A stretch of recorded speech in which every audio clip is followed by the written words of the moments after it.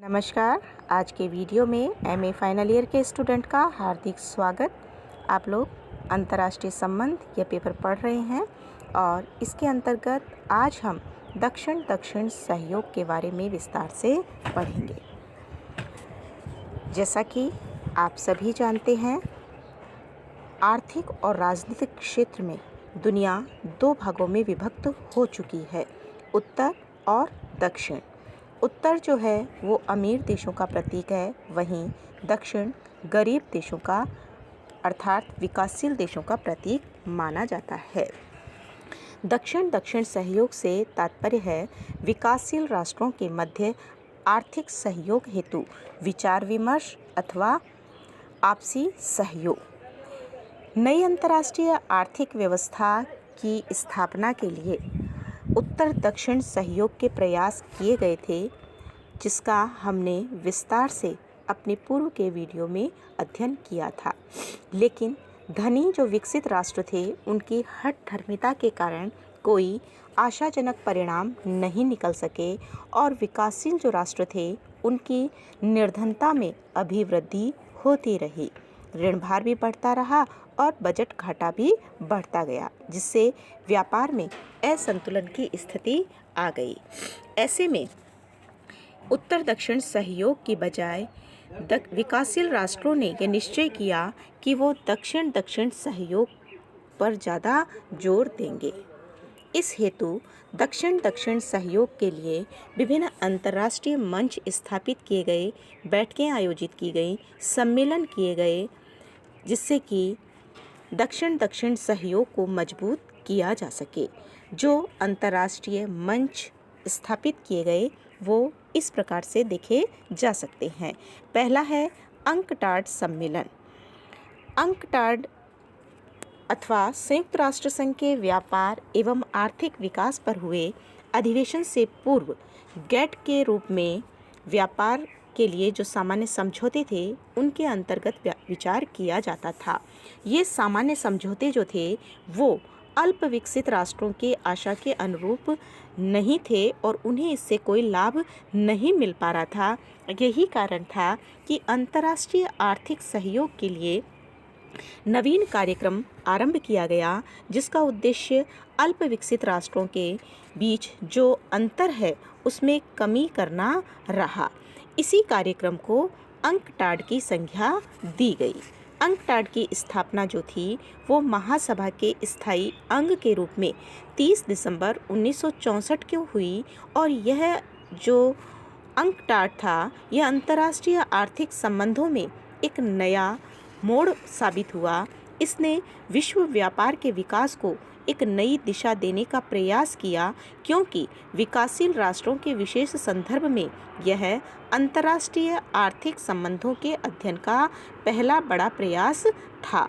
अब तक अंकटाड के 13 सम्मेलन हो चुके हैं और इन सम्मेलनों के माध्यम से विकासशील राष्ट्रों के बीच आपसी सहयोग को बढ़ाने पर बल दिया जा रहा है। अगला जो अंतर्राष्ट्रीय मंच रहा जो दक्षिण दक्षिण सहयोग की दिशा में, वो है ग्रुप 77 की बैठकें। 1960 के दशक में संयुक्त राष्ट्र संघ के नए सदस्यों में अफ्रीकी राज्यों की संख्या बहुत ज़्यादा थी और संघ के लगभग 2/3 सदस्य जो थे वो विकासशील तीसरी दुनिया के देशों में से थे। ये जो राष्ट्रों का समूह था, ये ग्रुप ऑफ 77 के नाम से जाना जाने लगा। इसकी स्थापना 1964 में संयुक्त राष्ट्र के तत्वावधान में की गई। वर्तमान में हालांकि इसकी संख्या 135 हो चुकी है, लेकिन अभी भी इसे ग्रुप 77 के नाम से ही जाना जाता है। ग्रुप 77 के अधिकांश राष्ट्र जो हैं वो तीसरी दुनिया के हैं और ये वो राष्ट्र हैं जिनके आर्थिक हित एक दूसरे के समान हैं और जो संयुक्त राष्ट्र संघ के माध्यम से विश्व अर्थव्यवस्था की जो संरचना है उसमें बुनियादी परिवर्तन करना चाहते हैं। इसी का एक अंतरंग समूह भी है जिसे ग्रुप 24 के नाम से जाना जाता है और आजकल ग्रुप 24 ही ग्रुप 77 की ओर से संयुक्त राष्ट्र संघ में विकासशील राष्ट्रों की ओर से विभिन्न जो मुद्दे होते हैं उन पर वार्ता करता है। नेक्स्ट है गुट निरपेक्ष शिखर सम्मेलन। गुट निरपेक्ष आंदोलन जो था उसकी शुरुआत विकासशील राष्ट्रों के द्वारा की गई थी। 1961 में पहला सम्मेलन जो था वो बेलग्रेड में हुआ था और अब तक इसके काफ़ी सम्मेलन हो चुके हैं और इन सम्मेलनों के माध्यम से उत्तर दक्षिण के मध्य जो स्थिति सामान्य नहीं हो पाई थी उसके स्थान पर दक्षिण दक्षिण सहयोग पर बल देने का प्रयास किया जा रहा है। यहाँ की जो समस्याएं हैं दक्षिण की वो उत्तर से बिल्कुल भिन्न हैं। यहाँ पर ऊर्जा की भी समस्या है, जलवायु परिवर्तन की भी है, वैश्विक आतंकवाद से भी जूझ रहा है, पर्यावरण प्रदूषण से भी जूझ रहा है। तो ऐसे में ये अपनी समस्याओं के समाधान के लिए इस मंच के माध्यम से अपनी बात को रखने का प्रयास कर रहे हैं। अगला आता है G15, जिसकी स्थापना 1989 में बेलग्रेड में जो गुटनिरपेक्ष शिखर सम्मेलन का आयोजन किया गया था उसके बाद किया गया। इसके सदस्य जो हैं वो विश्व के अलग अलग क्षेत्रों में फैले हुए हैं। इसमें उत्तरी और दक्षिणी अमेरिका के भी राष्ट्र हैं, अफ्रीका के भी हैं, एशिया के और यूरोप के। इनके जो सदस्य हैं वो हैं Argentina, Algeria, Brazil, Jamaica, Bharat, मिस्र, Malaysia, Mexico, Nigeria, Indonesia, Peru, Senegal, Yugoslavia, Zimbabwe और वेनेजुएला। इसका पहला शिखर सम्मेलन कुआलालंपुर में आयोजित हुआ और इसी सम्मेलन में G15 की जो भूमिका है, इसकी जो प्रासंगिकता है उसको स्पष्ट किया गया। ये माना गया कि इसे विकासशील राष्ट्रों के ठोस प्रतिनिधि के रूप में देखा जाएगा और इसका लक्ष्य जो है वो विकास के काम को निरंतर प्रोत्साहित करना है ताकि ग्रुप 77 के जो स्थिति जो बहुत कमज़ोर चल रही है, विवादास्पद माहौल में वो चल रहा है, उससे ऊपर उठकर यह जो ग्रुप 15 है ये और अधिक अच्छे कार्य कर सके और विकसित और विकासशील राष्ट्रों के बीच में सार्थक बातचीत भी की जा सके और विकासशील राष्ट्रों के बीच में जो आपसी सहयोग है उसको सुदृढ़ करने की दिशा में भी ठोस उपाय किए जा सकें। तो इस प्रकार से ग्रुप 15 जो है वो निरंतर विकास की ओर उन्मुख है और इसका उद्देश्य जो है वो विकासशील राष्ट्रों के मध्य में सहयोग को स्थापित करना, नीतिगत समन्वय स्थापित करना और विकास से संबंधित जो समस्याएं हैं उनके बारे में समय समय पर विचार करना है। तो ग्रुप 15 जो है वो विकासशील राष्ट्रों के लिए एक शक्तिशाली कार्यक्रम के रूप में उभर कर सामने आया है। अगला है दक्षिण आयोग, जिसकी स्थापना 2 अक्टूबर 1987 में की गई थी। इसका कार्यालय जो है वो जेनेवा में खोला गया है। तंजानिया के भूतपूर्व राष्ट्रपति जो थे जूलियस नेरेरे वो इसके अध्यक्ष बने। उस समय डॉक्टर मनमोहन सिंह जो थे वो इसके महासचिव बनाए गए और इस प्रकार से दक्षिण आयोग के द्वारा दक्षिण दक्षिण सहयोग को त्वरित दिशा देने का प्रयास जो है वो किया जा रहा है। इसके अलावा जो मंच स्थापित किए गए उसमें आता है आसियान, जिसकी स्थापना 1967 में हुई थी। इसका पूरा नाम है दक्षिण पूर्वी एशियाई राष्ट्र संघ।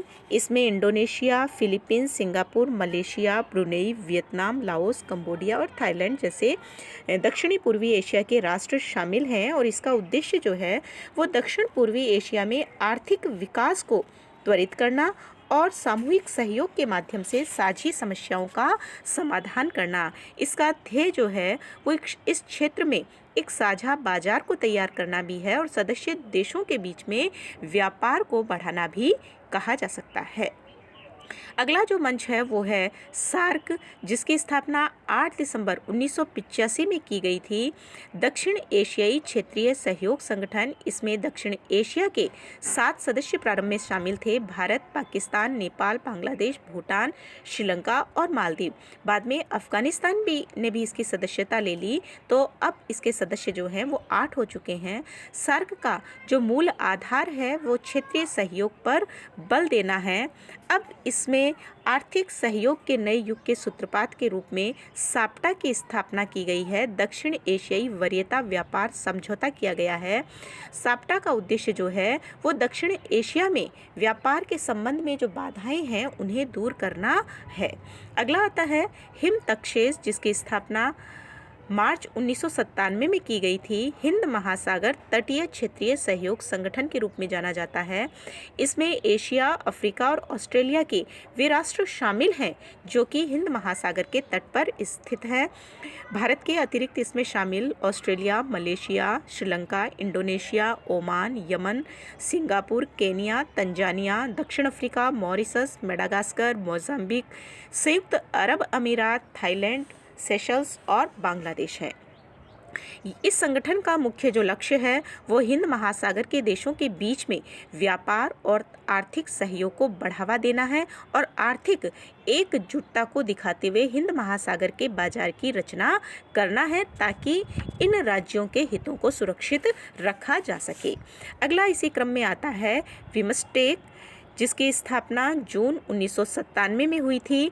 इसमें बांग्लादेश, भारत, म्यांमार, श्रीलंका और थाईलैंड ये आर्थिक सहयोग स्थापित करने के लिए इनका क्षेत्रीय समूह है और भारत ने सहयोग के उदीयमान पहल को रूप देने के लिए बांग्लादेश, भारत, म्यांमार, श्रीलंका, थाईलैंड आर्थिक सहयोग की बैठकों में सक्रिय रूप से भाग लेना भी आरंभ कर दिया है।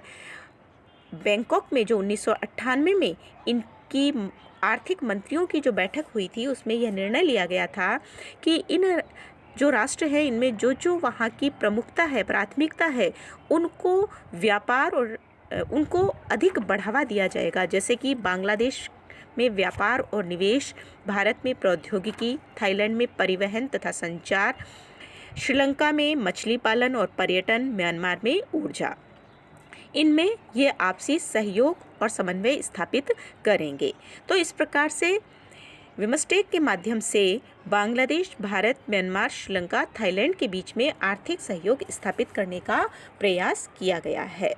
इसी के अंतर्गत अंतिम आता है इप्सा, जो कि भारत, ब्राज़ील और साउथ अफ्रीका, दक्षिण अफ्रीका जो है उन तीनों के बीच में यह एक संगठन स्थापित किया गया है जो कि व्यापारिक, आर्थिक और राजनीतिक सहयोग के लिए इसका गठन किया गया है। और 1 से 3 जून 2003 को अनौपचारिक रूप से जो G8 का शिखर सम्मेलन हुआ था एवियन, फ्रांस में, वहाँ पर इसे अनौपचारिक रूप से स्थापित किया गया था। और 6 जून 2003 को ब्राज़ील की राजधानी ब्राज़ीलिया में औपचारिक रूप से इसके गठन की घोषणा की गई। इस संगठन की रूपरेखा जो है वो इस बात से तय की गई कि चूंकि तीनों राष्ट्र जो हैं वो विशाल जनसंख्या वाले हैं और क्षेत्रफल की दृष्टि से भी विशाल हैं, किसी भी कसौटी पर ये संयुक्त राष्ट्र संघ के में सुरक्षा परिषद के प्रबल दावेदार भी हैं और इसीलिए ये जो राष्ट्र हैं वो सुरक्षा परिषद की संरचना में सुधार करेंगे और उसमें अपने स्थान प्राप्त करने का भी प्रयास करेंगे। तो इस प्रकार से ये तीनों ही राष्ट्र जो हैं वो संयुक्त राष्ट्र संघ की सुरक्षा परिषद में अपनी स्थायी दावेदारी के लिए इस संगठन के माध्यम से, इस मंच के माध्यम से अपनी बात रखने का प्रयास कर रहे हैं। तो इस प्रकार हमने देखा कि किस तरीके से जब उत्तर और दक्षिण के बीच में कोई समन्वय स्थापित नहीं हो पाया तो फिर दक्षिण दक्षिण सहयोग स्थापित करने का प्रयास किया गया। विभिन्न बैठकों के माध्यम से, विभिन्न सम्मेलनों के माध्यम से, जैसे कि G77, ग्रुप 24, G15, गुटनिरपेक्ष सम्मेलन, दक्षिण आयोग, आसियान, सार्क, हिम तक्षेस, बिम्स्टेक और इप्सा के माध्यम से दक्षिण राष्ट्रों के बीच में आपसी सहयोग और समन्वय स्थापित करने का प्रयास किया। हालांकि दक्षिण सहयोग स्थापित करने का प्रयास किया गया, लेकिन इनके मार्ग में भी अनेक चुनौतियां हैं, रुकावटें हैं, जैसे कि इनमें आपसी मतभेद और प्रतिद्वंदिता की भावना विद्यमान है। सेकेंड वर्ल्ड वार के बाद जैसा कि हम देखते हैं जो भी युद्ध हुए हैं वो मुख्य रूप से इन्हीं क्षेत्रों में हुए हैं, जैसे कि भारत चीन के बीच में, भारत पाकिस्तान के बीच में, इराक ईरान के बीच में, इथियोपिया सोमालिया के बीच में, वियतनाम कंपूचिया के बीच में। तो जो भी संघर्ष हुए वो इन्हीं क्षेत्रों में हुए। तो आपसी मतभेद और प्रतिद्वंदिता के कारण भी इनके सहयोग के मार्ग जो हैं वो बाधित होते रहे हैं। इसके अलावा दक्षिण के जो विकासशील राष्ट्र हैं उनके मध्य समन्वित दृष्टिकोण का अभाव है। तीसरी दुनिया के अनेक राष्ट्र, विशेष रूप से तेल जो निर्यात करने वाले राष्ट्र हैं, उनके पास में बहुत सारा धन होता है, लेकिन वे उस धन को केवल विकसित राष्ट्रों में या तो जमा करते हैं या पश्चिमी बैंकों या विकसित राष्ट्रों में लगा देते हैं। अगर वे उस धन को विकासशील राष्ट्रों पर खर्च करें तो निश्चित रूप से इन राष्ट्रों की स्थिति मजबूत होगी। इन चुनौतियों के संदर्भ में यह आवश्यक है कि दक्षिण गोलार्ध के जो विकासशील राष्ट्र हैं वो एकजुट हों और शीत युद्ध की समाप्ति के बाद ये विकसित राष्ट्रों की बढ़ती हुई आर्थिक और राजनीतिक प्रभुता का भी विरोध करें। जब तक इनके बीच में आपसी समन्वय की स्थापना नहीं होगी, आपसी संगठन स्थापित नहीं होगा, एक दूसरे के हितों को ये महत्व नहीं देंगे, तब तक इनके बीच में संघर्ष चलते रहेंगे। तो मुख्य रूप से इनको अपने आपसी संबंधों को, आपसी तनावों को दूर करना है ताकि ये अपनी बात को मुखर ढंग से इस मंच के माध्यम से अंतर्राष्ट्रीय स्तर पर प्रस्तुत कर सकें।